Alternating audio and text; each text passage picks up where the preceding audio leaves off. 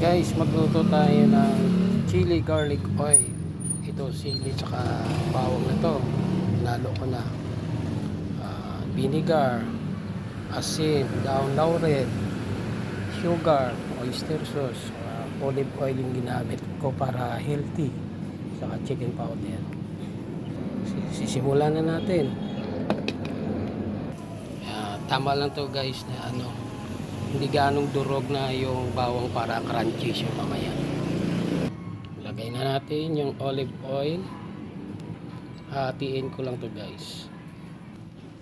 Lagay ko na yung chili powder at chili.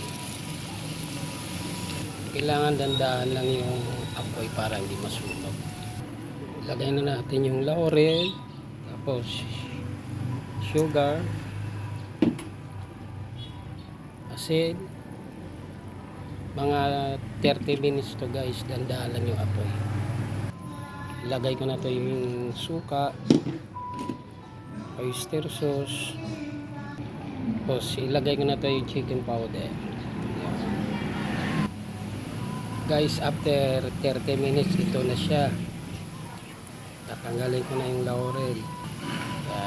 Okay na to, pwede na to, crunchy na yung bawang, pwede na isaw-saw sa siomay.